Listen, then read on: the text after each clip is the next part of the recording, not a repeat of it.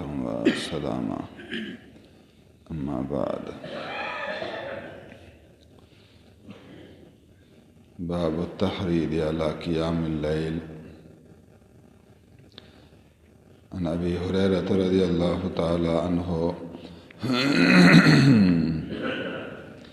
قال رسول الله صلى الله عليه وسلم يعقد الشيطان على قافية رأس أحدكم إذا هو نام 3 عقد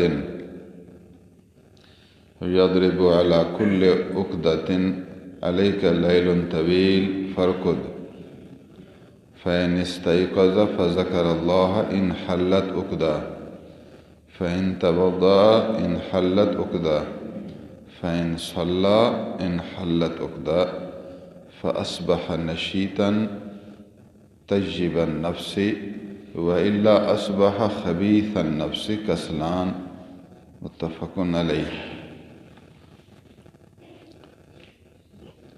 حضور صلی اللہ علیہ وسلم نے ارشاد فرمایا، جب آدمی لیٹتا ہے، نیند کرتا ہے، تو اس وقت شیطان اس کے سر کے پچھلے حصے گدی پر 3 گرہ لگاتا ہے۔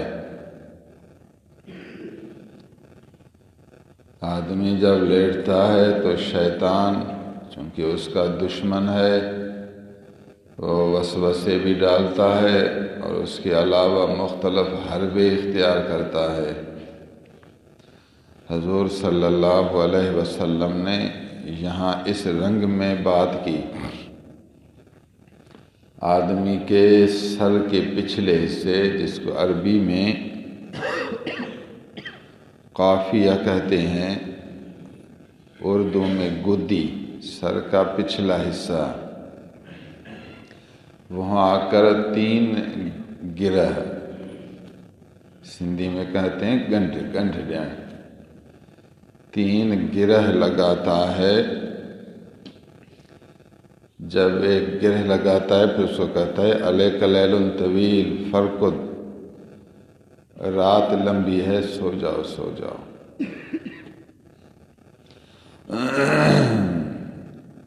تھوڑا آدمی اٹھنے کا خیال کرے تو پھر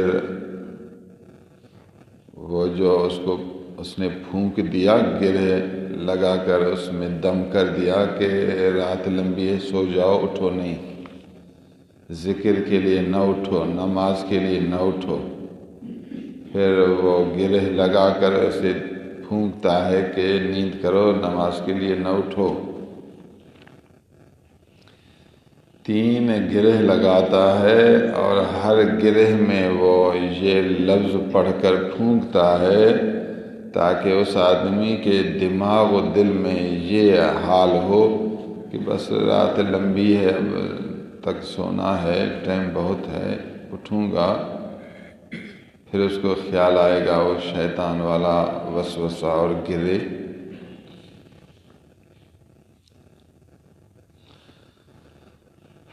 فَإِنِ اسْتَيْقَظَ، اگر آدمی جاگ جائے پھر اٹھ کر بیٹھے کہے سبحان اللہ و بحمدہ الحمدللہ کثیرا لا الہ الا اللہ کبیرا، جس بھی رنگ کا ذکر کرے۔ جب آدمی بیدار ہو اور اللہ کا ذکر شروع کرے تو ایک ایک گرہ کھل جائے گا۔ اس نے جو 3 گرہ لگائے تھے، ایک گرہ کھل جائے گا ذکر سے ہی۔ جب وہ ہمت کر کے اٹھے اور وضو کرے تو دوسرا گرہ کھل جائے گا۔ وضو میں اسی تاثیر ہے، وضو کرے گا تو وہ جو اس نے دماغ میں بھرا تھا نا وہ اتر جائے گا، دوسرا گرہ کھل جائے گا۔ پھر جب وہ نماز پڑھے تو تیسرا گرہ کھل جائے گا۔ شیطان نے اپنی کوشش کی اور اس نے ایمان کے تقاضا کے موافق اپنی ہمت کی، اٹھا ذکر کیا، پھر وضو کیا، پھر نماز پڑھی، سبحان، شیطان کے 3 گرہ ختم۔ فاصبح نشیطا طیبا النفس، صبح ہوگی تو بہت خوش ہوگا،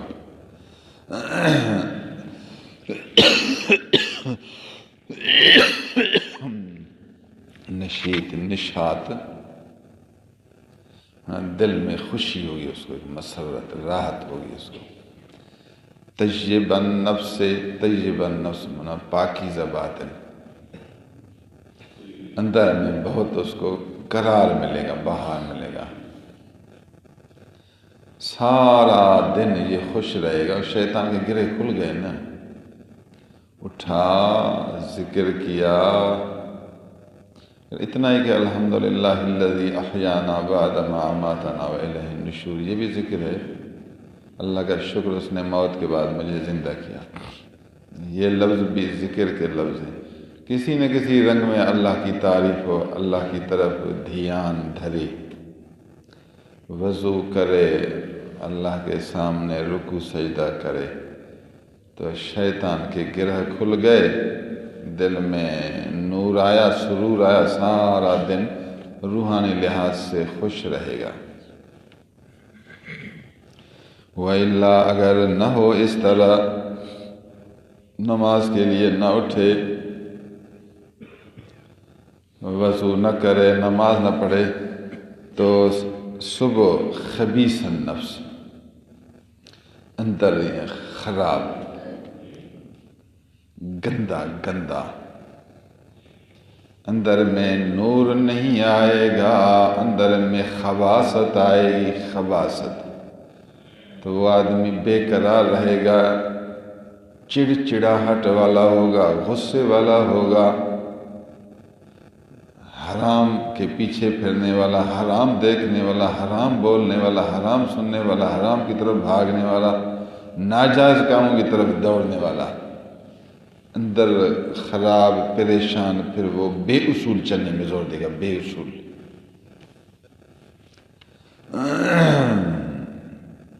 اور طبیعت میں سستی، بے قراری، بے مزہ، اس کو مزہ نہیں آئے گا، سارا دن بے مزہ گزارے گا، بے مزہ۔ اللہ سبحان اللہ۔ حضور صلی اللہ علیہ وسلم نے اس حدیث میں یہ لفظ نہیں فرمایا کہ کون سی نماز، یہ تہجد کی نماز ہے یا صبح کی نماز، اس بارے میں دونوں قول آئے۔ بعض نے کہا اگر کوئی آدمی صبح نماز کے لیے نیند سے اٹھے، صبح نماز کے لیے وضو کرے، نماز پڑھے تو شیطان کے گرہ کھل جائیں گے، چونکہ یہ بھی تو نماز ہے، یہ رات کے وقت میں ہے، صبح کی نماز بھی رات کے وقت میں ہے، آدمی اٹھتا ہے صبح نماز کے لیے۔ اور بعض نے کہا کہ حضور صلی اللہ علیہ وسلم کی مراد اس ارشاد سے تہجد ہے، کہ جو آدمی تہجد کے لیے اٹھے تو شیطان کے سب گرہ کھل جاتے ہیں، سارا دن طیب النفس و طیب النفس، نشیطاً گزارے گا۔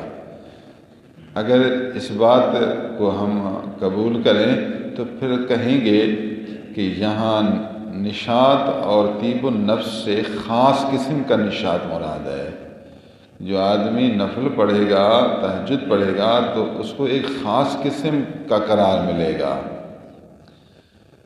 مضر ظلمت، مضر خباثت تب ہے جب صبح کی نماز نہ پڑھے،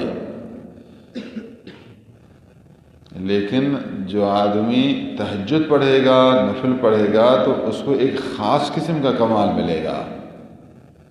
اگر وہ تہجد نہ پڑھے تو وہ خاص قسم کا جو کمال تھا، خاص قسم کا نور وہ نہیں ملے گا، تو اس کو بھی ایک حیثیت سے نسبتاً خباثت النفس اور کسلان کہیں گے۔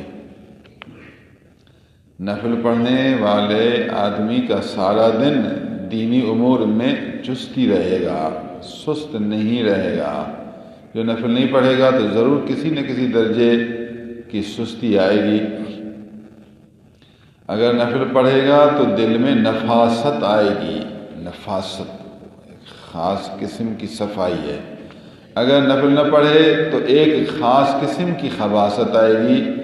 وہ شرعی خباثت مراد نہیں، طریقت والی خباثت آئے گی. تو اس کو بھی ہم ایک لحاظ سے خباثت کہہ سکتے ہیں. تو پھر اس حدیث کا مطلب صحیح ہوگا. بہرحال حضور صلی اللہ علیہ وسلم نے سویر اٹھنے، نماز پڑھنے کی فضیلت بیان کی. اس حدیث میں ہے کہ حضور صلی اللہ علیہ وسلم نے فرمایا شیطان گرہ لگاتا ہے اور وہ بھی 3 گرہ لگاتا ہے اور پھر بھی کچھ پڑھتا ہے.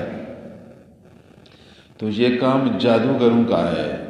جو آدمی کسی کو جادو کرنا چاہے تو پھر اس کے سر کے بال پکڑتا ہے، پھر ان پر کچھ پڑھتا ہے، پھر اس کو گرہ لگاتا ہے. چونکہ وہ جادوگر ریاضت کرنے والا ہوتا ہے، اس کے خیال میں جمعیت یکسوئیت ہے اور قدرت کے نظام کے موافق اس جمعیت یکسوئیت و کیفیت کی وجہ سے تاثیر آتی ہے. یہ سبب ہے من جانب اللہ.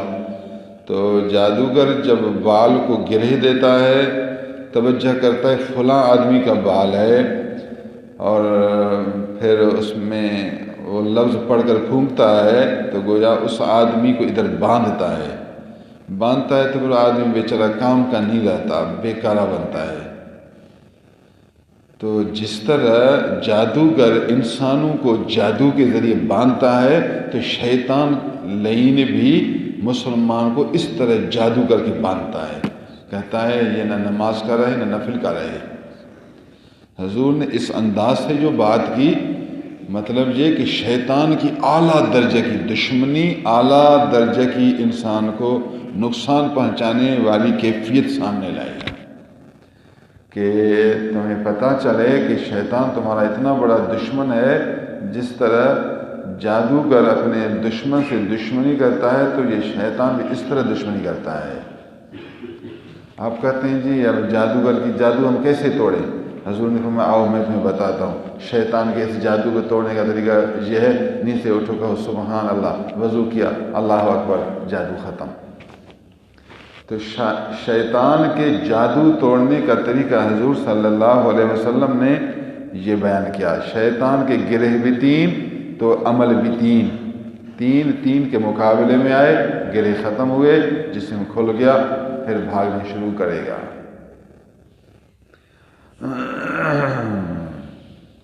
باقی رہ گئی یہ بات، کیا واقعی شیطان آ کر وہاں گرہ لگاتا ہے یا یہ استعارہ ہے انسان کو بند کرنے کا، مجاز ہے انسان کو صرف سست بنانے کا؟